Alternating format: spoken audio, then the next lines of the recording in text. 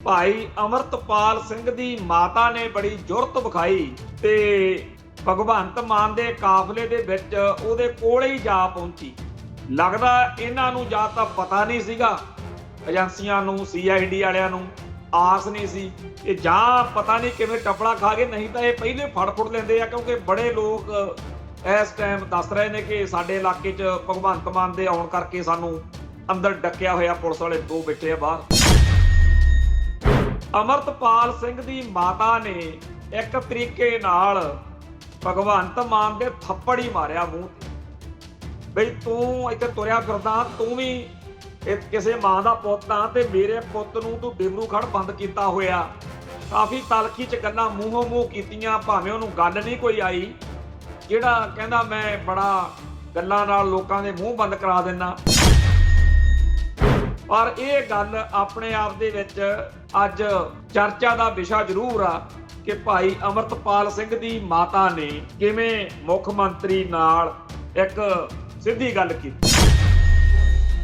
ਲੋਕ ਇਹ ਕਹਿੰਦੇ ਆ ਕਿ ਭਗਵੰਤ ਮਾਨ ਦੀ ਪਾਰਟੀ ਤਾਂ ਕਹਿੰਦੀ ਹੁੰਦੀ ਸੀ ਸਵਾਲ ਪੁੱਛਿਆ ਕਰੋ ਲੀਡਰਾਂ ਨੂੰ, ਤੇ ਹੁਣ ਸਾਨੂੰ ਕਾਹਨੂੰ ਘੇਰੀ ਜਾਂਦੇ?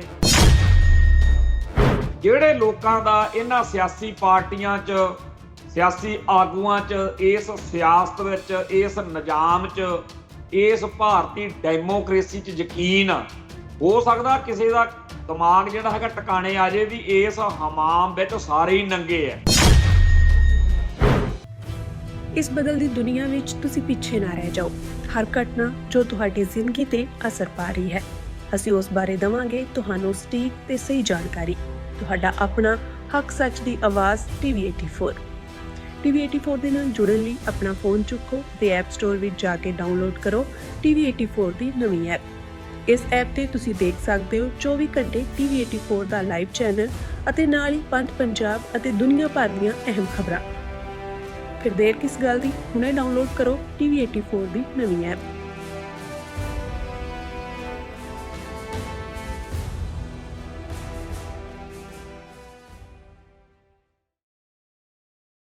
TV84 ਉੱਤੇ ਪ੍ਰੋਗਰਾਮ ਖਬਰ ਦੀ ਖਬਰ ਦੇਖ ਰਹੇ ਸਾਰੇ ਦਰਸ਼ਕਾਂ ਨੂੰ ਮੈਂ ਸਰਬਜੀਤ ਸਿੰਘ ਘੁਮਾਣ ਫਤਿਹ ਅਰਜ ਕਰਦਾ ਜੀ। ਵਾਹਿਗੁਰੂ ਜੀ ਕਾ ਖਾਲਸਾ, ਵਾਹਿਗੁਰੂ ਜੀ ਕੀ ਫਤਿਹ। ਅੱਜ ਪੰਜਾਬ ਦੇ ਮੁੱਖ ਮੰਤਰੀ ਭਗਵੰਤ ਮਾਨ ਨੇ ਜਿਹੜੀ ਕੱਲ ਤੋਂ ਯਾਤਰਾ ਸ਼ੁਰੂ ਕੀਤੀ ਹੋਈ ਆ, ਸ਼ੁਕਰਾਨਾ ਯਾਤਰਾ, ਉਹਦੇ ਤਹਿਤ ਸਾਰੇ ਗੁਰਦੁਆਰਾ ਸਾਹਿਬਾਨ ਦਾ ਜਿਹੜਾ ਆਪਣੇ ਯਾਤਰਾ ਦਾ ਪ੍ਰੋਗਰਾਮ ਰੱਖਿਆ ਹੋਇਆ।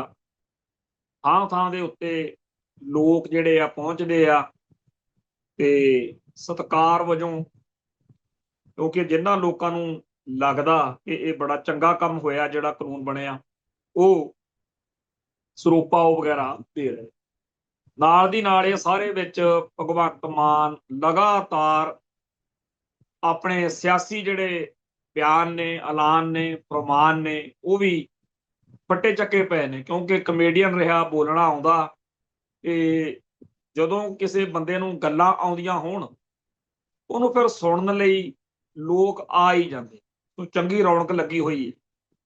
ਪਰ ਜਿਹੜਾ ਕੱਲ ਇਹ ਨਵਾਂ ਪੰਗਾ ਲਿਆ ਸੀ ਕਿ BJP ਨੇ ਪੰਜਾਬ 'ਚ ਧਮਾਕੇ ਕਰਾਏ ਨੇ, BJP ਵਾਲੇ ਜਦੋਂ ਵੀ ਜਿੱਥੇ ਵੀ ਵੋਟਾਂ ਹੁੰਦੀਆਂ ਨੇ ਉੱਥੇ ਇਹੀ ਕੁਛ ਕਰਦੇ ਹੁੰਦੇ ਆ, ਇਹ ਸਾਰੀ ਗੱਲਬਾਤ ਤੋਂ ਜਿਹੜਾ ਮਾਹੌਲ ਬਣਿਆ, ਇੱਕ ਪਾਸੇ ਤਾਂ BJP ਨੇ ਹੱਲਾ ਬੋਲ ਦਿੱਤਾ ਪੂਰੇ ਜ਼ੋਰਾਂ ਨਾਲ, ਅਸੀਂ ਗਵਰਨਰ ਨੂੰ ਮਿਲਦੇ ਆ, ਸਾਡੇ ਤੇ ਪਰਚਾ ਕਰੋ, ਸੁਨੀਲ ਜਾਖੜ ਸਮੇਤ ਸਾਰੀ BJP ਜਿਹੜੀ ਆ ਉਹ ਪੂਰਾ ਗਹਿ ਗੱਚ ਬਿਆਨਬਾਜ਼ੀ ਨਾਲ ਮਾਹੌਲ ਬਣਾਈ ਫਿਰਦੀ।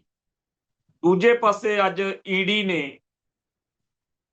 ਰੇਡ ਕੀਤੀ ਆ ਪੰਜਾਬ ਦੇ ਵਿੱਚ, ਤੇ ਦੱਸਿਆ ਜਾ ਰਿਹਾ ਕਿ ਜਿਹੜੇ ਬੰਦੇ ਉੱਤੇ ਮੋਹਾਲੀ, ਖਰੜ ਜਾਂ ਹੋਰ ਕਈ ਥਾਵਾਂ ਦੇ ਉੱਤੇ ਦੱਸਦੇ ਆ, ਵੈਸੇ ਤਾਂ ਪੂਰੀ ਖਬਰ ਤਾਂ ਹਜੇ ਆਈ ਨਹੀਂ, ਜਿੱਥੇ ਜਿੱਥੇ ਇਹ ਰੇਡ ED ਨੇ ਕੀਤੀ ਆ, 12 ਥਾਵਾਂ ਤੇ ਚੰਡੀਗੜ੍ਹ, ਮੋਹਾਲੀ 'ਚ ਰੇਡ ਕੀਤੀ ਆ। ਖਰੜ ਦੇ ਵੈਸਟਰਨ ਟਾਵਰ ਦੇ ਵਿੱਚ ਤਾਂ ਰੇਡ ਦੌਰਾਨ ਪੈਸਿਆਂ ਨਾਲ ਭਰੇ ਹੋਏ ਬੈਗ ਵੀ ਮਿਲੇ ਆ। ਤੇ ਜਿਹੜੇ ਬੰਦੇ ਉੱਤੇ ਇਹ ਰੇਡ ਕੀਤੀ ਗਈ ਆ, ਉਹ ਪੰਜਾਬ ਦੇ ਮੁੱਖ ਮੰਤਰੀ ਭਗਵੰਤ ਮਾਨ ਦੇ OSD ਨਾਲ ਉਹਦੇ ਤਾਰ ਜੁੜੇ ਹੋਏ ਦੱਸੇ ਜਾ ਰਹੇ ਨੇ। ਸਨਟੈਕ ਸਿਟੀ ਪ੍ਰੋਜੈਕਟ, ਅਜੇ ਸਹਿਗਲ, ABS ਟਾਊਨਸ਼ਿਪ, ਅਲਟਸ ਬਿਲਡਰਜ਼, ਧੀਰ ਕੰਸਟਰਕਸ਼ਨ ਤੇ ਹੋਰ ਸਹਿਯੋਗੀਆਂ ਤੇ ਛਾਪੇਮਾਰੀ ਹੋ ਰਹੀ ਆ। ਗਮਾਡਾ ਤੋਂ CLU ਪ੍ਰਾਪਤ ਕਰਨ ਬਦਲੇ ਕਰੋੜਾਂ ਰੁਪਏ ਦੀ ਧੋਖਾਧੜੀ ਹੋਈ ਆ। ਕਹਿਣ ਤੋਂ ਭਾਵ ਇਹ ਹੈ ਕਿ ਅੱਜ BJP ਨੇ ਜਿੱਥੇ ਬਿਆਨਬਾਜ਼ੀ ਵਾਲਾ ਹਮਲਾ ਬੋਲਿਆ, ਉੱਥੇ ਉਹਨਾਂ ਨੇ ਪੰਜਾਬ ਦੇ ਆਮ ਆਦਮੀ ਪਾਰਟੀ ਦੇ ਇਹਨਾਂ ਆਗੂਆਂ ਤੇ ਸਰਕਾਰ ਦਾ ਇੱਕ ਜਾਣੀ ਕਿ ਜਿਹੜਾ ਅਕਸ ਬਣਾਇਆ ਨਾ ਵੀ ਅਸੀਂ ਕੱਟੜ ਇਮਾਨਦਾਰ ਹਾਂ, ਉਹਨੂੰ ਤੋੜਨ ਦੀ ਹੁਣ ਮੁਹਿੰਮ ਤੋਰੀ ਹੈ। ਜਿਹੜੀ ਕੁਝ ਮਹੀਨੇ ਪਹਿਲਾਂ ਇੱਕ DIG ਰੈਂਕ ਦਾ ਅਫਸਰ ਫੜਿਆ ਤੇ ਭੁੱਲਰ ਤੋਂ ਬਾਅਦ ਵਿੱਚ ਪਿਛਲੇ 10 ਦਿਨ ਤੋਂ ਬੜਾ ਰੌਲਾ ਪਿਆ ਹੋਇਆ ਕਿ ਪੰਜਾਬ ਦੇ ਬਹੁਤ ਸਾਰੇ, ਕਿਉਂਕਿ ਉਹਦੇ ਨਾਲ ਇੱਕ ਕ੍ਰਿਸ਼ਾਨੂ ਜਾਂ ਕ੍ਰਿਸ਼ਨੂ ਨਾਂ ਦਾ ਦੱਲਾ ਫੜਿਆ ਸੀ, ਜਿਹੜੇ ਦੱਲੇ ਰੱਖੇ ਹੁੰਦੇ ਆ ਨਾ ਦਲਾਲ, ਤੇ ਉਹਦੇ ਕੋਲੋਂ ਬੜਾ ਕੁਝ ਮਿਲਿਆ। ਹੋ ਸਕਦਾ ਵਾਧਾ ਮਾਫ ਗਵਾਹ ਬਣ ਗਿਆ ਹੋਵੇ, ਤੇ ਉਹਦੇ ਰਾਹੀਂ ਪੰਜਾਬ ਦੇ ਵਿੱਚ ਬਹੁਤ ਵੱਡੇ ਲੈਵਲ ਤੇ IAS ਤੇ IPS ਅਫਸਰਾਂ ਦਾ ਘਟਾਲਾ ਤੇ ਹੋਰ ਜਿਹੜੇ ਬਿਊਰੋਕ੍ਰੇਸੀ ਦੇ ਪੋਤੜੇ ਉਹਨੇ ਫੋਲੇ ਆ।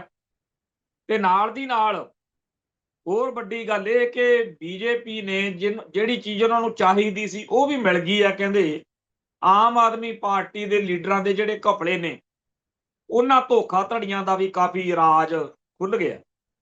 ਦੁਬਾਰਾ ਫਿਰ ਪਿਛਲੇ ਹਫ਼ਤੇ ਭੁੱਲਰ ਦੇ ਟਿਕਾਣਿਆਂ ਤੇ ਹਮਲਾ ਹੋਇਆ ਤੇ ਫਿਰ ਦੁਬਾਰਾ ਜਿਹੜੇ ਛਾਪੇ ਮਾਰੇ ਆ ਉਹ ਤੇ ਫਿਰ ਮੋਟੀ ਅਮਾਉਂਟ, ਪਹਿਲਾਂ ਵੀ ਬੜਾ ਕੁਝ ਮਿਲਿਆ ਸੀ ਤੇ ਐਤਕੀ ਵੀ ਕਾਫੀ ਵੱਡੀ ਪੈਸੇ ਦੀ ਜਿਹੜੀ ਉੱਥੇ ਖੇਪ ਮਿਲੀ ਹੈ। ਹੁਣ ਜਿਹੜਾ ਭੁੱਲਰ ਵਾਲਾ ਮਾਮਲਾ, ਇਹ ਤਾਂ ਐਵੇਂ ਨਿੱਕਾ ਜਿਹਾ ਵਾ। ਅਸਲ ਵਿੱਚ ਪੂਰੇ ਪੰਜਾਬ ਦੇ ਵਿੱਚ ਬਹੁਤ ਵੱਡੇ ਪੱਧਰ ਦੇ ਉੱਤੇ ਜੋ ਕਰਪਸ਼ਨ, ਉਹ ਵੈਸੇ ਸਦਾ ਹੀ ਚੱਲਦੀ ਰਹਿੰਦੀ ਆ। ਇਹ ਨਹੀਂ ਵੀ ਹੋਣ ਵਾਲੇ ਰਾਜ ਵਿੱਚ ਖਨੀ ਉਹ ਸਪੈਸ਼ਲ ਆਈ ਆ। ਇਹ ਗੱਲ ਖਾਸ ਇਸ ਕਰਕੇ ਆ ਵੀ ਹੋਣ ਵਾਲੀ ਪਾਰਟੀ ਤਾਂ ਇਹ ਕਹਿ ਕੇ ਆਈ ਸੀ ਕਿ ਅਸੀਂ ਕਰਪਸ਼ਨ ਖਤਮ ਕਰਦੇ ਆ, ਇਮਾਨਦਾਰ ਪਾਰਟੀਆਂ।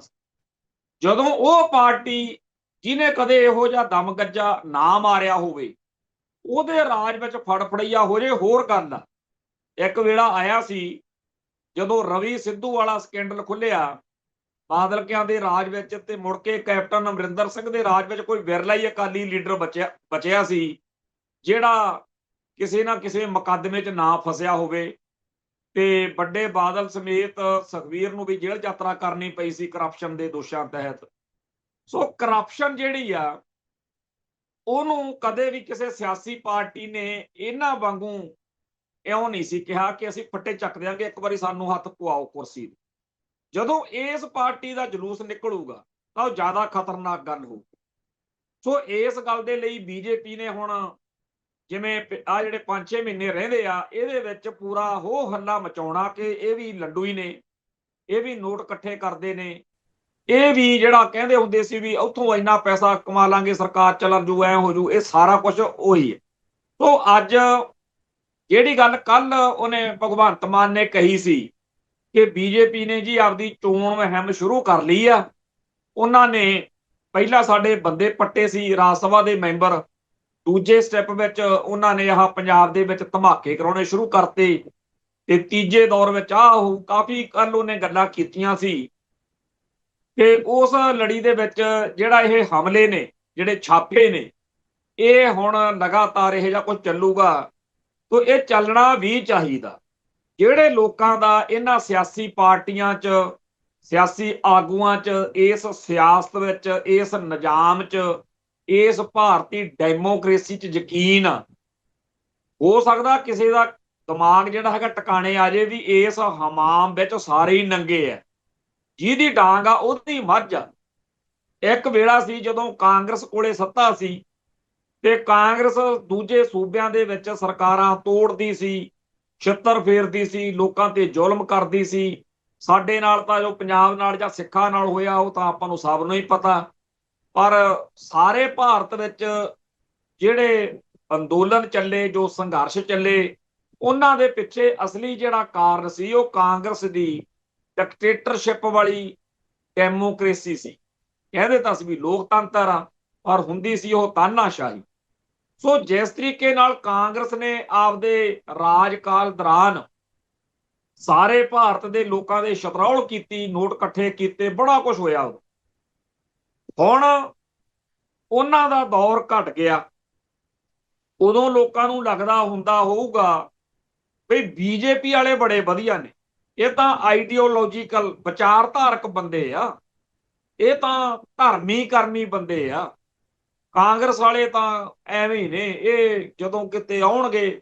ਮੈਨੂੰ ਚੇਤੇ ਆ ਵੀ 1986 87 ਦੀ ਗੱਲ ਹੈ, ਜਦੋਂ ਮੈਂ ਸੰਗਰੂਰ ਸੀਗਾ ਤੇ ਉਦੋਂ ਉੱਥੇ ਵਾਜਪਈ ਆ, ਜਿਹੜਾ ਵਾਜਪਈ, ਇਹਦੀ ਕੋਈ ਤਕਰੀਰ ਸੀ। ਉਹ ਪਤਾ ਨਹੀਂ ਹਰਿਆਣੇ 'ਚ ਕਿਤੇ ਹੋਇਆ ਪ੍ਰੋਗਰਾਮ ਜਾਂ ਪੰਜਾਬ 'ਚ ਹੋਇਆ, ਪਰ ਉਹਦੀ ਇੱਕ ਨਾ, ਉਹਨਾਂ ਦਿਨਾਂ 'ਚ ਰੀਲਾਂ ਦਾ ਜ਼ਮਾਨਾ ਸੀ। ਉਹ ਕੈਸਟਾਂ ਉੱਥੇ ਸੰਗਰੂਰ, ਮੈਂ ਕਿਸੇ ਦੁਕਾਨ ਤੇ ਜਾਇਆ ਕਰਾਂ ਕੋਈ ਕੰਮ, ਤੇ ਉੱਥੇ ਉਹ ਦੁਕਾਨ ਦੇ ਉੱਤੇ ਉਹਦੀ ਰੀਲ ਚੱਲਿਆ ਕਰੇ, ਬੜੀ ਵਧੀਆ ਉਹਦੀ ਬੋਲੀ ਸ਼ੈਲੀ, ਤੇ ਉਹ ਬੜਾ ਲੋਕ ਉਹਦੇ ਤੇ ਇੱਕ ਆਸ ਵੀ ਬੜਾ ਵਧੀਆ ਲੀਡਰ ਬਈ। ਹੁਣ ਵਾਜਪਈ, ਅਡਵਾਨੀ ਹੁਣੀ ਇੱਕ ਟਾਈਮ ਦੇ ਉੱਤੇ ਜਦੋਂ ਕਾਂਗਰਸ ਤੋਂ ਲੋਕ ਛੱਤਰ ਖਾ ਰਹੇ ਸੀ, ਉਦੋਂ ਇਹਨਾਂ ਵੱਲ ਝੁਕਾਅ ਜਿਹੜਾ ਸੀ ਵੀ ਇਹ ਬੜੇ ਚੰਗੇ। ਖੈਰ, ਹੁਣ ਬੀਜੇਪੀ ਲੋਕਾਂ ਦੇ ਛੱਤਰ ਫੇਰ ਰਹੀ ਆ। ਹੁਣ ਕਈਆਂ ਨੂੰ ਲੱਗਦਾ ਵੀ ਇਹਦੇ ਨਾਲ ਤਾਂ ਕਾਂਗਰਸ ਚੰਗੀ ਸੀ। ਜਦੋਂ ਬਾਦਲ ਕਿਆਂ ਤੋਂ ਛੱਤਰ ਖਾਂਦੇ ਸੀ ਸਾਡੇ ਲੋਕ, ਉਹ ਕਹਿੰਦੇ ਸੀ ਇਹਦੋਂ ਕਾਂਗਰਸ ਲੈ ਆਓ। ਕਾਂਗਰਸ, ਬਾਦਲ ਦਲ, ਅਕਾਲੀ ਦਲ ਤੇ ਕਾਂਗਰਸ ਦੇ ਗਧੀ ਗੇੜ ਵਿੱਚੋਂ ਆਮ ਆਦਮੀ ਪਾਰਟੀ ਦਾ ਦਾ ਲੱਗ ਗਿਆ। ਹੁਣ ਗਾਂ ਕਿਸੇ ਹੋਰ ਦਾ ਲੱਗ ਸਕਦਾ। ਸੋ ਜਿਹੜਾ ਇਹ ਸਰਕਲ ਬਣਾਇਆ ਹੈ ਉਹਨਾਂ ਨੇ, ਜਿਵੇਂ ਬਲਵੰਤ ਸਿੰਘ ਰਾਮੂਵਾਲੀਆ ਚੁਟਕਲੇ ਸੁਣਾਉਂਦਾ ਹੁੰਦਾ ਸੀ ਸਿਆਸੀ, ਬਈ ਕਿਸੇ ਬੰਦੇ ਦੇ ਜ਼ਖਮ ਦੇ ਉੱਤੇ ਇੱਕ ਮੱਖੀ ਬਹਿੰਦੀ ਆ, ਫਿਰ ਉਹ ਖੂਨ ਚੂਸ ਕੇ ਚਲੇ ਜਾਂਦੀ ਆ, ਦੂਜੀ ਆ ਜਾਂਦੀ ਆ, ਤੀਜੀ ਆ ਜਾਂਦੀ ਆ, ਉਹ ਉਡਾਉਂਦਾ ਹੀ ਮਰ ਜਾਂਦਾ। ਉਵੇਂ ਇਹ ਮੱਖੀਆਂ ਨੇ ਜਿਹੜੀਆਂ ਭਾਰਤ ਦੀ ਮਨੁੱਖਤਾ ਦਾ ਲਹੂ ਚੂਸ ਰਹੀਆਂ। ਸੋ ਇਸ ਗੱਲ ਨੂੰ ਸਮਝਣ ਲਈ ਜਾਂ ਸਮਝਾਉਣ ਲਈ ਪਤਾ ਨਹੀਂ ਕਿਹੜਾ ਅਲਜਬਰਾ ਚਾਹੀਦਾ, ਪਤਾ ਨਹੀਂ ਕਿਵੇਂ ਲੋਕ ਸਮਝਣਗੇ। ਜੁੱਤੀਆਂ ਪੈ ਰਹੀਆਂ ਨੇ, ਤੇ ਜਿਹੜਾ ਵੀ ਬੋਲਦਾ ਕਰਦਾ ਜਾਂ ਸੱਚੀ ਗੱਲ ਕਹਿੰਦਾ, ਉਹਦੇ ਉੱਤੇ ਦੋਸ਼ ਮੜ ਕੇ ਸੱਚੇ ਝੂਠੇ ਚੱਕ ਕੇ ਅੰਦਰ ਮਾਰੋ। ਜਿਹੜਾ ਵੀ ਸਾਰੇ ਭਾਰਤ ਵਿੱਚੋਂ ਕੋਈ ਬੰਦਾ ਸਿਰ ਚੱਕਦਾ, ਜਾਂ ਤਾਂ ਉਹਨੂੰ ਅੰਦਰ ਕਰੋ ਤੇ ਉਹਨੂੰ ਵਿਕਣ ਲਈ, ਝੁਕਣ ਲਈ ਮਜਬੂਰ ਕਰੋ। ਉਹਨੂੰ ਭਾਰਤੀ ਮੁੱਖ ਧਾਰਾ ਵਿੱਚ ਲੈ ਆਓ। ਉਹਨੂੰ ਕਹੋ ਵੀ ਤੂੰ ਲੈਣਾ ਕੀ ਆ ਇਹਨਾਂ ਲੋਕਾਂ ਦੀ ਗੱਲ ਕਰਕੇ, ਐਮਐਲਏ ਐਮਪੀ ਬਣ, ਮੌਜਾਂ ਲੁੱਟ। ਤੇ ਇਸ ਤਰੀਕੇ ਨਾਲ ਸਾਰਿਆਂ ਨੂੰ ਲੂਣ ਦੀ ਖੱਡ ਵਿੱਚ ਲੂਣ ਬਣਾਉਣ ਦਾ ਪ੍ਰੋਜੈਕਟ ਆ ਜਿਹੜਾ ਉਹ ਚੱਲ ਰਿਹਾ। ਸੋ ਜਿਹੜੇ ਲੋਕਾਂ ਨੂੰ ਹੁਣ ਅਗਲੇ 5-6 ਮਹੀਨੇ ਇਹ ਲੱਗਣਾ ਹੈ ਕਿ ਆਪਾਂ ਤਾਂ ਹਨੇਰੇ 'ਚ ਹੀ ਰਹੇ, ਆਮ ਆਦਮੀ ਪਾਰਟੀ ਤਾਂ ਬੜੀ ਮਾੜੀ ਨਿਕਲੀ, ਤੇ ਗਾਂ ਜਿਨ੍ਹਾਂ ਨੂੰ ਲੈ ਕੇ ਆਉਣਾ ਉਹ ਬੜੇ ਚੰਗੇ ਨੇ, ਉਹ ਬੜੇ ਵਧੀਆ ਹੋਣੇ ਆ। ਜਿਹਨੂੰ ਮਰਜ਼ੀ ਲਿਆਓ, ਇਹ ਨਮਕ ਨੂਣ ਦੀ ਖੱਡ ਵਿੱਚ ਸਭ ਨੂਣ ਹੀ ਹੈ। ਅੱਜ ਸ਼ੁਕਰਾਨਾ ਯਾਤਰਾ ਜਿਹੜੀ ਚੱਲ ਰਹੀ ਹੈ, ਉਧਰੋਂ ਈਡੀ ਦੀ ਰੇਡ ਆ, ਇਹ ਸਾਰੇ ਕਾਸੇ ਦੇ ਦਰਮਿਆਨ ਕਈ ਬੜੀਆਂ ਦਿਲਚਸਪ ਘਟਨਾਵਾਂ ਵਾਪਰਦੀਆਂ। ਅੱਜ ਇਹ ਬੜਾ ਸਵੇਰੇ ਰੌਲਾ ਪਿਆ ਵੀ ਜਦੋਂ ਈਡੀ ਨੇ ਰੇਡ ਮਾਰੀ ਤਾਂ ਲੱਖਾਂ ਦੇ 500 ਦੇ ਗੱਟੀਆਂ ਬਣੀਆਂ ਸੀ ਨੋਟਾਂ ਦੀਆਂ। ਉਹ ਕਿਤੇ 8ਵੀਂ 9ਵੀਂ ਮੰਜ਼ਿਲ ਤੇ ਸੀਗਾ ਦਫ਼ਤਰ, ਜਿੱਥੇ ਉਹ ਇਹ ਰੇਡ ਕਰਨ ਗਏ ਜਿਹੜੇ ਈਡੀ ਵਾਲੇ। ਉੱਤੋਂ ਉਹਨਾਂ ਨੇ 2 ਬੈਗ ਭਗਾ ਕੇ ਥੱਲੇ ਮਾਰੇ। ਇੱਕ ਬੈਗ ਤਾਂ ਡਰਾਈਵਰ ਲੈ ਕੇ ਭੱਜ ਗਿਆ, ਜਿਹੜਾ ਇਹਨਾਂ ਦਾ ਹੋਣਾ ਥੱਲੇ ਖੜਾਇਆ ਬੰਦਾ। ਦੂਜਾ ਬੈਗ ਕਹਿੰਦੇ ਖਿੰਡ ਗਿਆ, ਤੇ 500 ਦੇ ਨੋਟ ਉਹ ਸੜਕ ਦੇ ਉੱਤੇ ਆਲੇ ਦੁਆਲੇ ਲੋਕ ਇਕੱਠੇ ਕਰਦੇ ਫਿਰਨ। ਇਹ ਗੱਲ ਬਿਲਕੁਲ ਉਵੇਂ ਦੀ ਆ।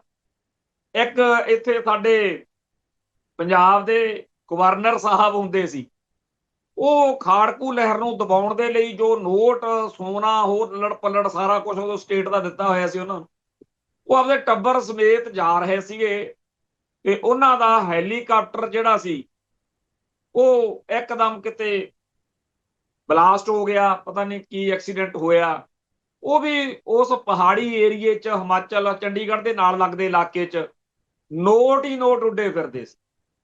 ਸੋ ਇਹ ਜਿਹੜੇ ਨੋਟ ਉੱਡਦੇ ਨੇ ਜਾਂ ਫੜੇ ਜਾਂਦੇ ਨੇ, ਇਹ ਅਸਲ ਵਿੱਚ ਅਸਲੀ ਨੋਟਾਂ ਨਾਲੋਂ ਬਹੁਤ ਥੋੜੀ ਜੀ ਮਾਮੂਲੀ ਜੀ ਗੱਲ ਹੁੰਦੀ ਆ। ਸਾਡੇ ਲੋਕ ਉਹਨਾਂ ਤੋਂ ਹੀ ਬੜੇ ਖੁਸ਼ ਹੋ ਜਾਂਦੇ ਆ ਵੀ ਬੱਲੇ ਬੱਲੇ, ਕਮਾਲ ਹੋ।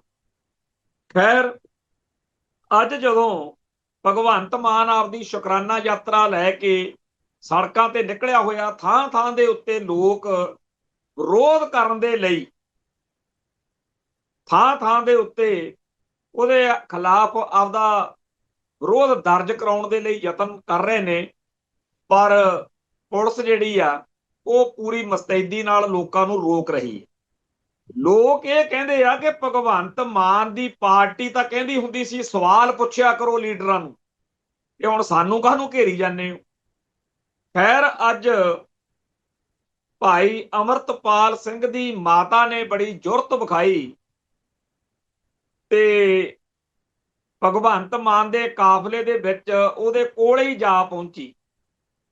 ਲੱਗਦਾ ਇਹਨਾਂ ਨੂੰ ਜਾਂ ਤਾਂ ਪਤਾ ਨਹੀਂ ਸੀਗਾ, ਏਜੰਸੀਆਂ ਨੂੰ, CID ਵਾਲਿਆਂ ਨੂੰ ਆਸ ਨਹੀਂ ਸੀ, ਇਹ ਜਾਂ ਪਤਾ ਨਹੀਂ ਕਿਵੇਂ ਟਪਲਾ ਖਾ ਗਏ, ਨਹੀਂ ਤਾਂ ਇਹ ਪਹਿਲੇ ਫੜ ਲੈਂਦੇ ਆ, ਕਿਉਂਕਿ ਬੜੇ ਲੋਕ ਇਸ ਟਾਈਮ ਦੱਸ ਰਹੇ ਨੇ ਕਿ ਸਾਡੇ ਇਲਾਕੇ 'ਚ ਭਗਵੰਤ ਮਾਨ ਦੇ ਆਉਣ ਕਰਕੇ ਸਾਨੂੰ ਅੰਦਰ ਡੱਕਿਆ ਹੋਇਆ ਪੁਲਿਸ ਵਾਲੇ 2 ਬੈਠੇ ਆ ਬਾਹਰ।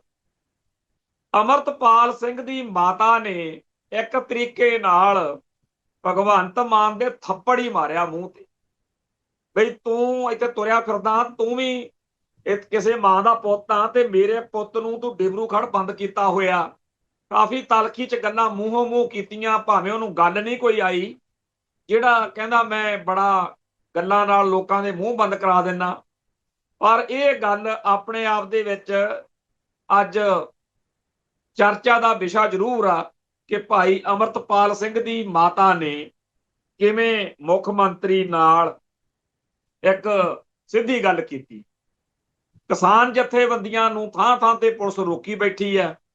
ਮਾਝੇ ਦੇ ਵਿੱਚ ਉਹਨੂੰ ਸਾਫ਼ ਤੌਰ ਦੇ ਉੱਤੇ ਵਿਰੋਧ ਜਿਹੜਾ ਹੈਗਾ ਉਹ ਝੱਲਣਾ ਪਏਗਾ, ਪਰ ਇੱਕ ਵਿਰੋਧ ਹੋਰ ਵੀ ਹੈ, ਉਹ ਹੈਗਾ ਸ਼੍ਰੋਮਣੀ ਗੁਰਦੁਆਰਾ ਪ੍ਰਬੰਧਕ ਕਮੇਟੀ ਦਾ ਤੇ ਕੁਝ ਸਿੱਖ ਜਥੇਬੰਦੀਆਂ ਦਾ, ਜਿਨ੍ਹਾਂ ਦਾ ਇਸ ਨਵੇਂ ਕਾਨੂੰਨ ਬਾਰੇ ਬਹੁਤ ਭਾਰੀ ਇਤਰਾਜ਼ ਨੇ ਤੇ ਇਹਨਾਂ ਇਤਰਾਜ਼ਾਂ ਦੇ ਬਾਰੇ ਜਦੋਂ ਵੀ ਉਹ ਗੱਲ ਕਰਦੇ ਆ ਉਹਨਾਂ ਦੀ ਗੱਲ ਸੁਣੀ ਨਹੀਂ ਜਾਂਦੀ।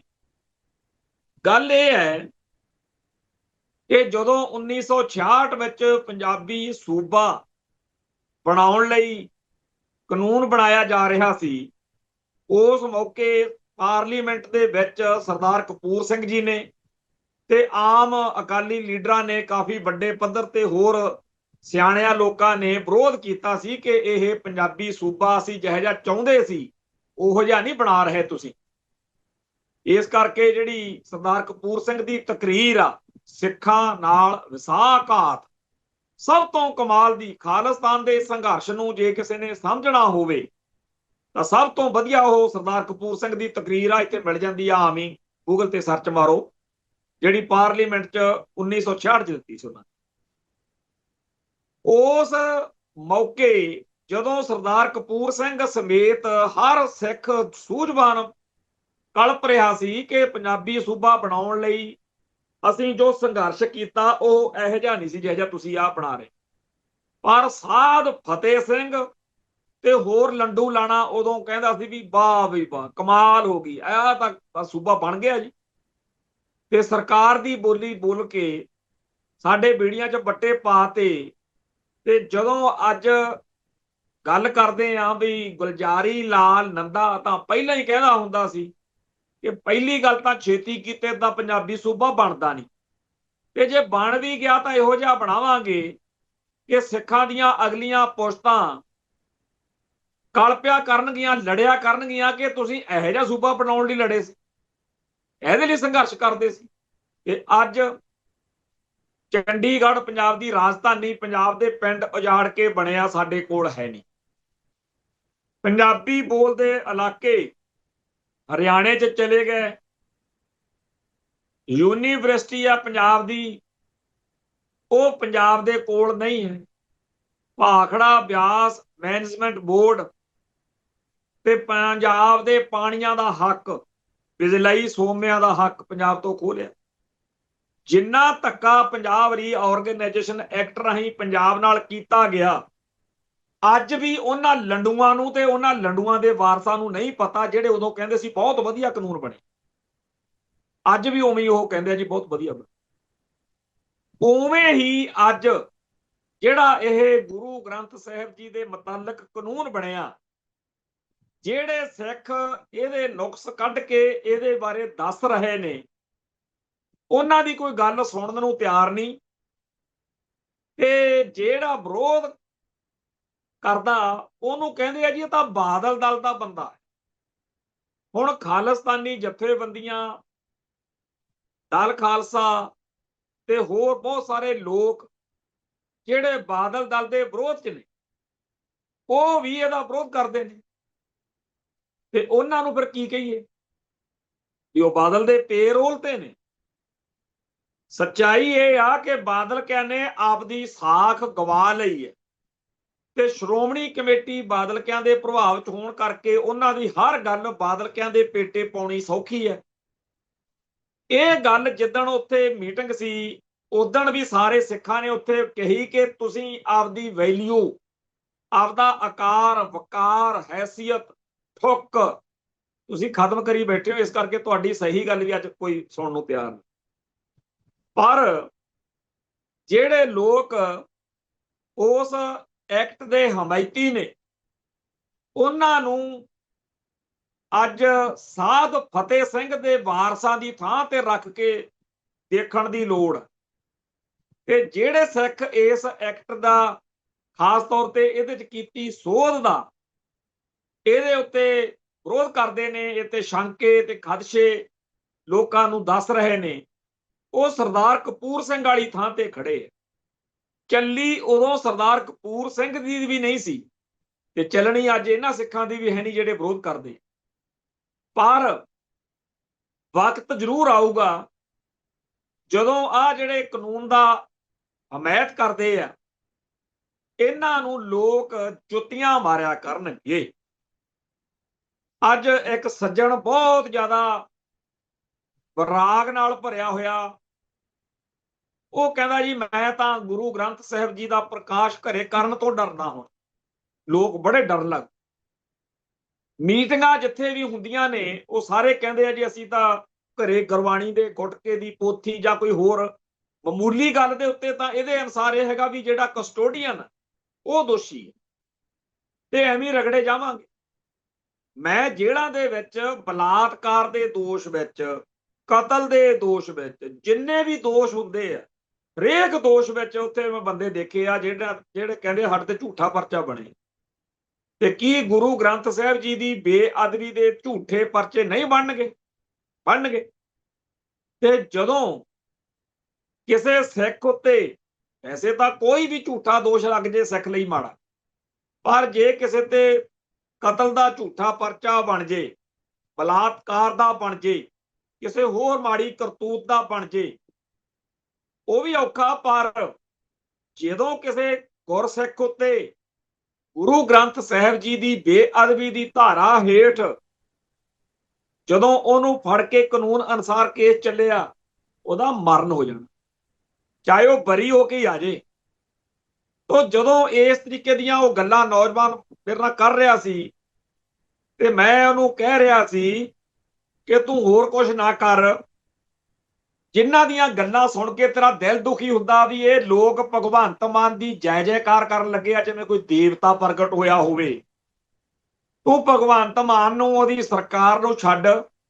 ਜਿਹੜੇ ਸਾਡੇ 'ਚ ਕਹਿੰਦੇ ਅਸੀਂ ਬੜੇ ਪੰਥਕ ਹੈ, ਉਹਨਾਂ ਦੀ ਲਿਸਟ ਬਣਾ ਤੇ ਇਹ ਲਿਸਟ ਬਾਰ-ਬਾਰ ਆਪਦੇ ਜੇਬ 'ਚ ਰੱਖ ਤੇ ਦੁਨੀਆ ਨੂੰ ਦਿਖਾ ਵੀ ਆਹ ਬੰਦੇ ਆ ਸਾਡੀ ਕੌਮ 'ਚੋਂ।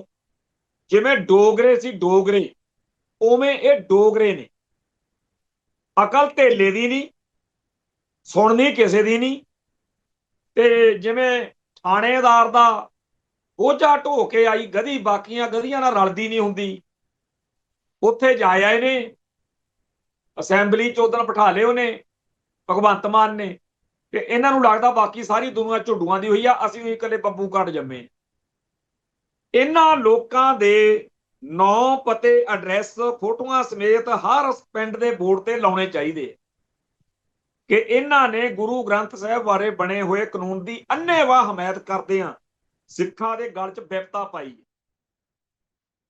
ਇਸ ਲਈ ਇਹ ਕੰਮ ਕਰਨਾ ਜ਼ਰੂਰੀ ਆ ਕਿ ਜਿਹੜੇ ਵੀ ਸਿੱਖ ਉੱਤੇ ਝੂਠਾ ਦੋਸ਼ ਲਾ ਕੇ ਇਹ ਮੁਕੱਦਮਾ ਬਣ ਗਿਆ, ਕਿਉਂਕਿ ਇਹ ਕਾਨੂੰਨ ਹਰ ਇੱਕ ਸਿੱਖ ਲਈ ਖਤਰਨਾਕ ਆ, ਉਹਨੂੰ ਡਰਾਉਂਦਾ ਹੈ। ਤਾਂ ਇਹਦੇ ਲਈ ਬੜਾ ਜ਼ਰੂਰੀ ਆ ਕਿ ਹਰ ਸਿੱਖ ਗੁਰੂ ਨੂੰ ਪਿਆਰ ਕਰਨ ਵਾਲਾ, ਧਰਮ ਨੂੰ, ਬਾਣੀ ਤੇ ਬਾਣੇ ਨਾਲ ਜੁੜਿਆ ਹੋਇਆ ਜਿਹੜਾ, ਉਹ ਚੇਤੇ ਰੱਖੇ ਕਿ ਜਦੋਂ ਉਹਦੇ ਤੇ ਕੋਈ ਝੂਠਾ ਮੁਕੱਦਮਾ ਬਣ ਜਾਵੇ, ਉਹਨੂੰ ਪੂਰਾ ਹੱਕ ਆ ਕਿ ਜੇਲ੍ਹ 'ਚ ਬੈਠ ਕੇ ਇੱਕੋ ਹੀ ਅਰਦਾਸ ਕਰੇ, ਸੱਚੇ ਪਾਤਸ਼ਾਹ ਜਿਉਂਦਾ ਬਾਹਰ ਕੱਢਦੀ। ਉਹਦੇ ਵਾਰਸਾਂ ਨੂੰ ਪੂਰਾ ਹੱਕ ਆ ਕਿ ਇਹਨਾਂ ਲੰਡੂਆਂ ਦੇ ਘਰਾਂ 'ਚ ਸੱਥਰ ਵਿਛਾਵੇ ਫਿਰੋ।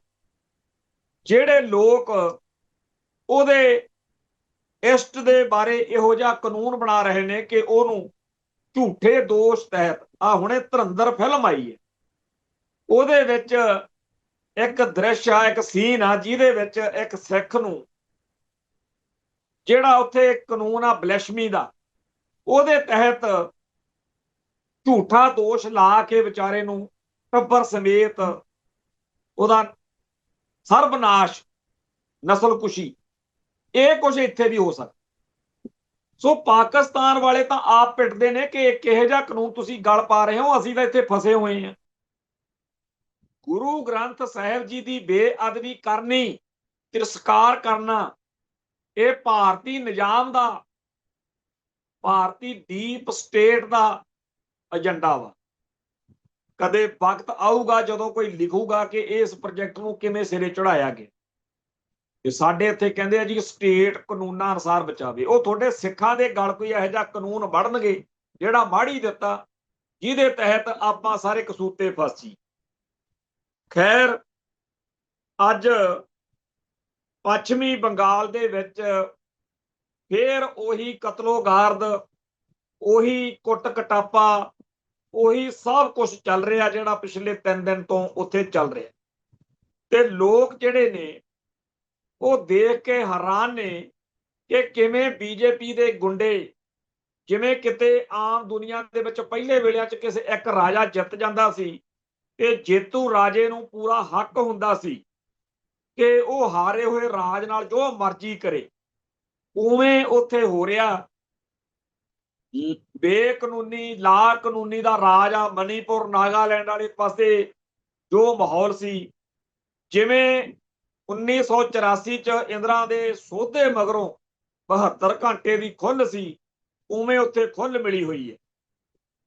ਤੇ ਇੱਕ ਬੜੀ ਅਜੀਬੋ ਗਰੀਬ ਘਟਨਾ ਵਾਪਰੀ ਆ ਕਿ ਜਿਹੜਾ ਕਲਕੱਤਾ ਦੇ ਵਿੱਚ ਉੱਥੇ ਇੱਕ ਕਤਲ ਹੋਇਆ ਚੰਦਰਨਾਥ ਨਾਂ ਦੇ ਬੰਦੇ ਦਾ।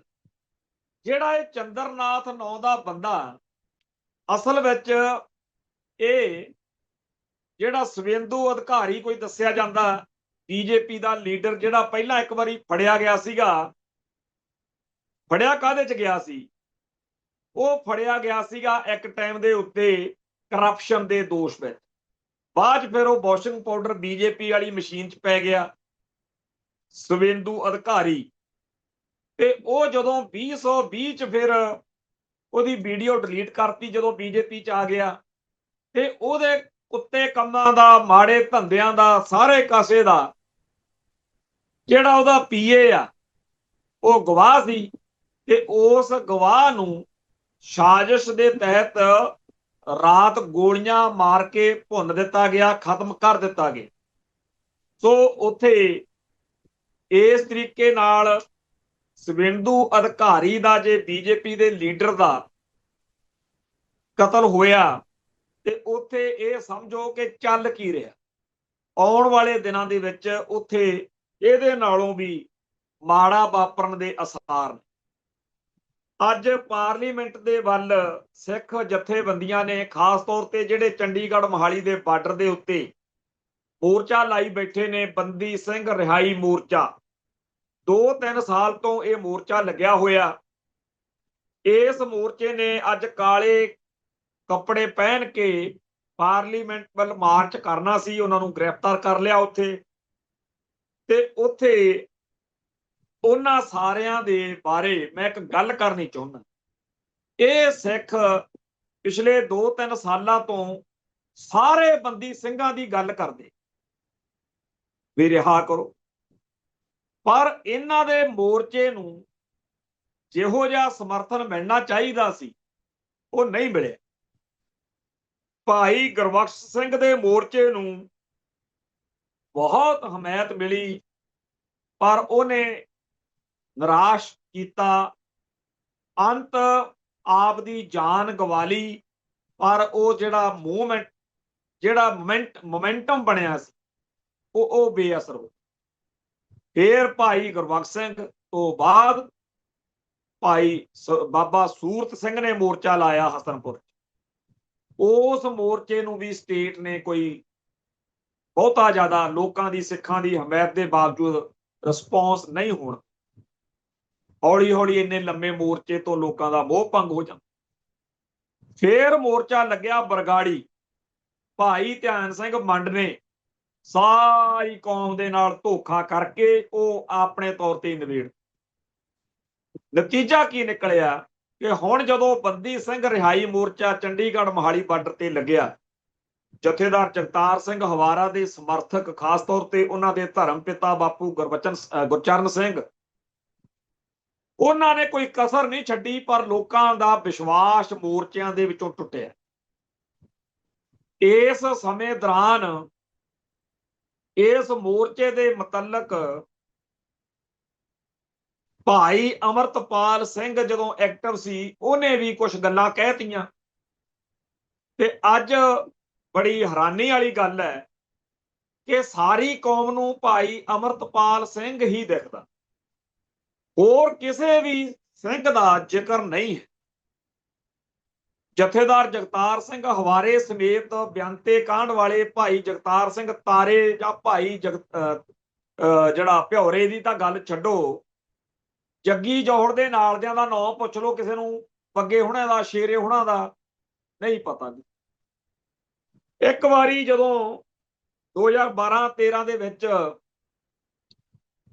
ਭਾਈ ਬਲਵੰਤ ਸਿੰਘ ਰਾਜੋਆਣੇ ਦੇ ਫਾਂਸੀ ਦੇ ਮੁੱਦੇ ਮੌਕੇ ਮੈਂ ਉਹਨਾਂ ਦੇ ਘਰ ਗਿਆ, ਤਾਂ ਉਹਨਾਂ ਦੇ ਭੈਣ ਕਮਲਦੀਪ ਨੇ ਬਹੁਤ ਸਖਤ ਲਹਿਜੇ ਵਿੱਚ ਗੱਲ ਕੀਤੀ ਕਿ ਅੱਜ ਤੱਕਰ 1995 ਤੋਂ ਅੰਦਰ ਆ, ਤੁਹਾਨੂੰ ਚੇਤਾ ਆ ਗਿਆ ਹੁਣ ਕੌਮ ਨੂੰ, ਅੱਜ ਤੱਕਰ ਕਿਸੇ ਮੈਗਜ਼ੀਨ ਦੇ, ਕਿਸੇ ਪੰਥਕ ਪਰਚੇ ਦੇ, ਕਿਸੇ ਅਖਬਾਰ ਤੇ, ਕਿਸੇ ਹੋਰ ਥਾਂ ਤੇ ਤੁਸੀਂ ਉਹਦੀ ਫੋਟੋ ਉਵੇਂ ਛਾਪੀ ਆ?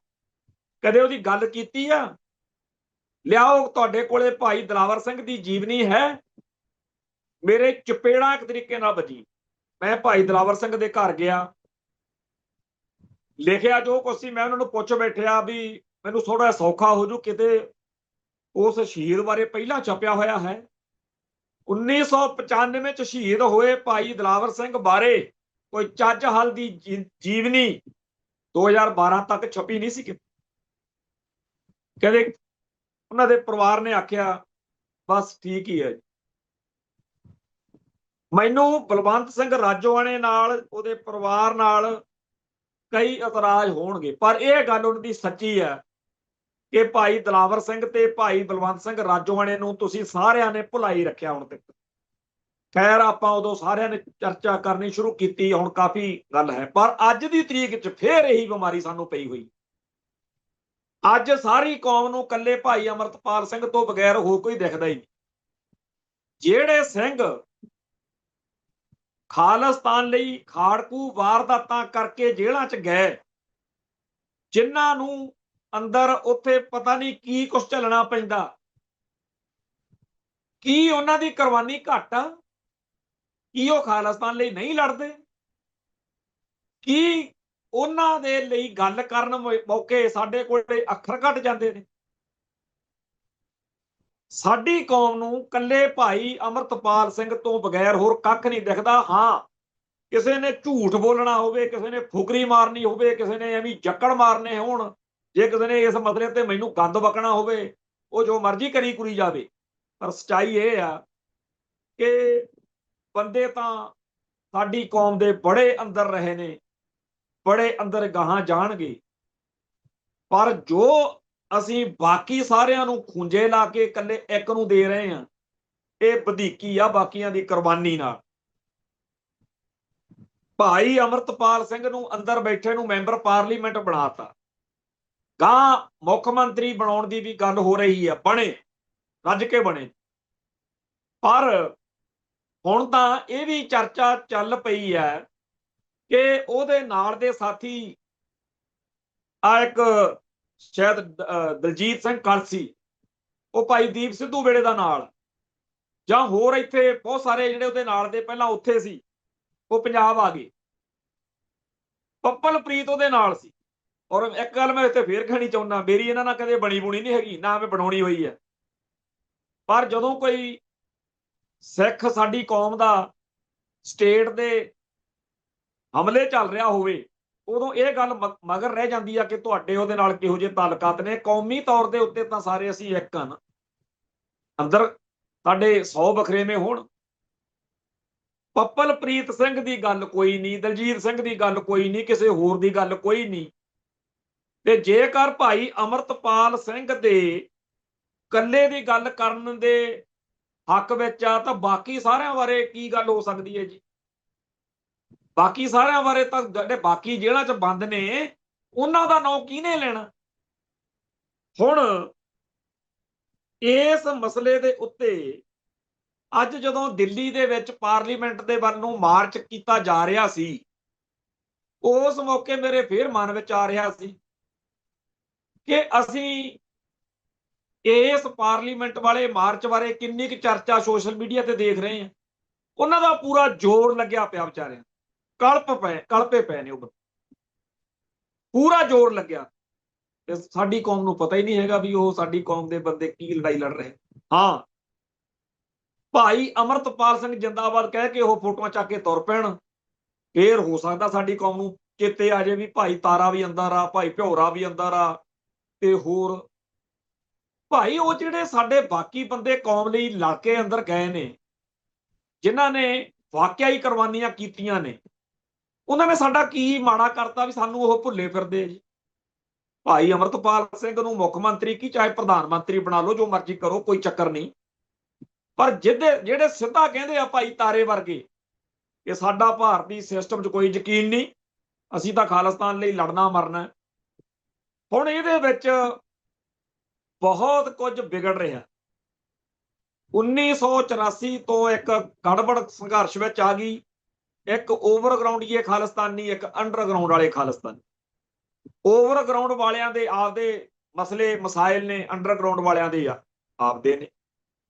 ਤਕਰਾਰ ਵੀ ਚੱਲਦੀ ਰਹੀ, ਪਰ ਹੁਣ ਪਿਛਲੇ 5-7 ਸਾਲਾਂ ਤੋਂ ਓਵਰਗਰਾਉਂਡ ਧਿਰਾਂ ਨੇ ਜਿਸ ਤਰੀਕੇ ਨਾਲ ਖਾੜਕੂ ਸੰਘਰਸ਼ ਵਾਲਿਆਂ ਨੂੰ ਰੱਦਣ ਦਾ, ਖਾਸ ਤੌਰ ਤੇ ਉਹਨਾਂ ਨੂੰ ਗਾਲਾਂ ਕਢਵਾਉਣ ਦਾ ਇੱਕ ਪ੍ਰੋਜੈਕਟ ਚੱਲਿਆ ਹੋਇਆ। ਮੈਂ ਬੜਾ ਹੈਰਾਨ ਹਾਂ ਕਿ 1990 ਚ ਭਾਈ ਹਰਮਿੰਦਰ ਸਿੰਘ ਸੰਧੂ ਦਾ ਕਤਲ ਹੋਇਆ, ਉਦੋਂ ਤੋਂ ਉਹਦੇ ਸਾਰੇ ਸਾਥੀ MLA, ਕੋਈ ਕਾਂਗਰਸ ਵਿੱਚ ਚਲੇ ਗਿਆ, ਕੋਈ ਬਾਦਲ ਦਲ ਚ ਬਣ ਗਿਆ, ਵਿਰਸਾ ਸਿੰਘ ਬਲਟੋਹਾ, ਤੇ ਇੱਕ ਉਹ ਸਰਚਾਂਦ ਸਿੰਘ BJP 'ਚ ਚਲੇ ਗਿਆ, ਤੇ ਐਵੇਂ ਹੀ ਰਜਿੰਦਰ ਸਿੰਘ ਮਹਿਤੇ ਹੁਣੀ, ਚਾਵਲੇ ਹੁਣੀ, ਐਵੇਂ ਹੀ ਹਰਮਿੰਦਰ ਗਿੱਲ ਹੁਣੀ, ਪੀਰ ਮੁਹੰਮਦ ਹੁਣੀ, ਜਿਹੜੇ ਵੀ ਬੰਦੇ ਭਾਈ ਹਰਮਿੰਦਰ ਸਿੰਘ ਸੰਧੂ ਦਾ ਪੱਖ ਲੈਂਦੇ ਆ, ਇਹ ਸਾਰਿਆਂ ਦਾ ਖਾਲਿਸਤਾਨ ਜਾਂ ਖਾੜਕੂ ਲਹਿਰ ਪ੍ਰਤੀ ਜੋ ਰਵੱਈਆ, ਉਹ ਕੋਈ ਲੁਕਿਆ ਛਿਪਾ ਤਾਂ ਹੈ ਨਹੀਂ। ਦੂਜੇ ਪਾਸੇ ਇਹਨਾਂ ਲੋਕਾਂ ਨੇ ਹੁਣ ਤੱਕਰ ਬੀਤੇ ਦੌਰ ਵਿੱਚ ਉਹ ਕੁਝ ਨਹੀਂ ਕੀਤਾ ਜਿਹੜਾ ਅੱਜ ਕੱਲ੍ਹ ਸ਼ੁਰੂ ਕੀਤਾ ਹੋਵੇ। ਹੁਣ ਇਹ ਗੱਲ ਤਾਂ ਮੈਨੂੰ ਕੋਈ ਘੱਟ ਤਕਲੀਫ ਦਿੰਦੀ ਹੈ ਕਿ ਉਹ ਹਰਮਿੰਦਰ ਸਿੰਘ ਸੰਧੂ ਦੇ ਨਾਂ ਤੇ ਪ੍ਰੋਗਰਾਮ ਕਰਾਉਂਦੇ ਆ, ਸੈਮੀਨਾਰ ਕਰਾਉਂਦੇ ਆ, ਕੋਈ ਚੱਕਰ ਨਹੀਂ, ਕਰਾਓ ਜੀ। ਜੇਕਰ ਇੱਥੇ ਆ ਪਿੱਛੇ ਜੇ ਸੂਬੇ ਬੁੱਚੜ ਦੇ ਘਰਦਿਆਂ ਨੇ ਦਿਨ ਮਨਾਇਆ, ਜੇ ਇੰਦਰਾ ਦੇ ਵਾਰਸ ਦਿਨ ਮਨਾਉਂਦੇ ਆ, ਜੇ ਬੇਅੰਤ ਸਿੰਘ ਬੁੱਚੜ ਦੇ ਦਿਨ ਮਨਾਇਆ ਜਾਂਦਾ, ਹੋਰ ਜਿਹੜੇ ਪੰਜਾਬ 'ਚ ਖਾੜਕੂ ਲਹਿਰ ਮੌਕੇ ਸਿੰਘਾਂ ਨੇ ਸੋਧੇ ਲਾਏ, ਉਹਨਾਂ ਦੇ ਘਰ ਦੇ ਵੀ ਦਿਨ ਮਨਾਉਂਦੇ ਆ, ਤੇ ਹਰਮਿੰਦਰ ਸਿੰਘ ਸੰਧੂ ਤਾਂ ਇਹਨਾਂ ਸਾਰਿਆਂ ਨਾਲੋਂ ਕਿਤੇ ਜ਼ਿਆਦਾ ਹੋਰ हैसियत रखदा।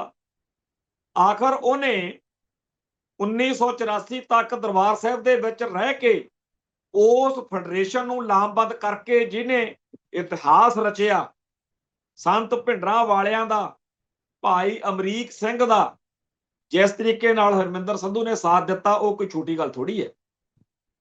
1984 ਤੋਂ 90 ਤੱਕ ਜੇਲ੍ਹ ਵਿੱਚ ਰਹਿੰਦਿਆਂ ਜੋ ਉਹਦੇ ਤੋਂ ਕੌਮ ਪ੍ਰਸਤੀ ਦੀ ਭਾਵਨਾ ਦਿਖਾ ਹੋਈ, ਉਹ ਕੋਈ ਮਾੜੀ ਗੱਲ ਨਹੀਂ, ਬਹੁਤ ਚੰਗਾ ਰਿਹਾ। ਰਾਸ਼ਟਰਪਤੀ ਨੂੰ ਜੋ ਚਿੱਠੀ ਲਿਖੀ, ਬੜੀ ਚੰਗੀ ਗੱਲ ਆ। ਉਸ ਤੋਂ ਬਾਅਦ ਚ ਜਦੋਂ ਉਹ ਬਾਹਰ ਆਇਆ, ਇੱਥੇ ਆ ਕੇ ਉਹਨੇ ਖਾਲਸਾ ਪੰਚਾਇਤਾਂ ਦਾ ਜਾਂ ਹੋਰ ਕਈ ਉਪਰਾਲੇ ਕੀਤੇ ਤੇ ਇਸੇ ਵਿੱਚ ਹੀ 2 ਮਹੀਨੇ ਵਿੱਚ ਉਹ 89 ਦੇ ਦਸੰਬਰ ਚ ਬਾਹਰ ਆਇਆ ਸੀ ਤੇ 24 ਜਨਵਰੀ ਨੂੰ ਉਹਦਾ ਕਤਲ ਹੋ ਗਿਆ। ਇਸ ਸਾਰੇ ਸਮੇਂ ਦੌਰਾਨ ਜੋ ਕੁਝ ਉਹਨੇ ਕੀਤਾ, ਉਹਦੇ ਵਿੱਚ ਬਹੁਤਾ ਕੁਝ ਤਾਂ ਉਹ ਆ ਜਿਹਦੀ ਆਪਾਂ ਮਾਣ ਨਾਲ ਗੱਲ ਕਰ ਸਕਦੇ ਹਾਂ, ਤੇ ਜੇ ਉਹਦੇ ਵਾਰਸ ਉਹਨਾਂ ਗੁਣਾਂ ਦੀ, ਉਹਨਾਂ ਚੰਗੀਆਂ ਗੱਲਾਂ ਦੀ ਕੋਈ ਗੱਲ ਕਰਨੀ ਚਾਹੁੰਦਾ ਤਾਂ ਕੀ ਮਾੜਾ। ਇਸ ਗੱਲ ਦੀ ਕਿਸੇ ਨੂੰ ਤਕਲੀਫ ਨਹੀਂ ਹੈ। ਤਕਲੀਫ ਇਸ ਗੱਲ ਦੀ ਆ ਕਿ ਇਸ ਬਹਾਨੇ ਪੂਰੇ ਸਿੱਖ ਸੰਘਰਸ਼ ਨੂੰ ਗਾਲਾਂ ਕਢਾਉਣ ਦਾ ਕੰਮ ਨਾ ਕਰੋ। ਸੋ ਹੱਥ ਬੰਨ੍ਹ ਕੇ ਬੇਨਤੀ ਆ ਕਿ ਬੀਤੇ ਦੌਰ ਦੀਆਂ ਉਹ ਗੱਲਾਂ ਜਿਹੜੀਆਂ ਅੱਜ ਸਾਡੇ 'ਚ ਪਾੜ ਪਾਉਣ, ਇੱਕ ਦੂਜੇ ਦੇ ਖਿਲਾਫ ਸਾਨੂੰ ਖੜਾ ਕਰਨ, ਉਹ ਤੋਂ ਬਚਿਆ ਜਾਵੇ। ਪਰ ਸੁਣਦਾ ਕੋਈ ਨਹੀਂ, ਹੋਰ ਜ਼ਿਆਦਾ ਅੱਗ ਲਾਈ ਜਾ ਰਹੀ ਆ, ਹੋਰ ਜ਼ਿਆਦਾ ਮਾਹੌਲ ਖਰਾਬ ਕੀਤਾ ਜਾ ਰਿਹਾ। ਸੱਚੇ ਪਾਤਸ਼ਾਹ ਕਿਰਪਾ ਕਰਨ ਉਹ ਦਿਨ ਆਵੇ ਜਦੋਂ ਸਾਰੇ ਇਕਜੁੱਟ ਤੇ ਇਕਮੁੱਠ ਹੋ ਕੇ ਖਾਲਿਸਤਾਨ ਦੇ ਸੰਘਰਸ਼ ਨੂੰ ਸਮਰਪਿਤ ਹੋਈਏ। ਸਮਾਪਤੀ ਕਰਦੇ ਹਾਂ ਜੀ। ਨਾਨਕ ਨਾਮ ਚੜ੍ਹਦੀ ਕਲਾ, ਤੇਰੇ ਭਾਣੇ ਸਰਬੱਤ ਦਾ ਭਲਾ। ਵਾਹਿਗੁਰੂ ਜੀ ਕਾ ਖਾਲਸਾ, ਵਾਹਿਗੁਰੂ ਜੀ ਕੀ ਫਤਿਹ।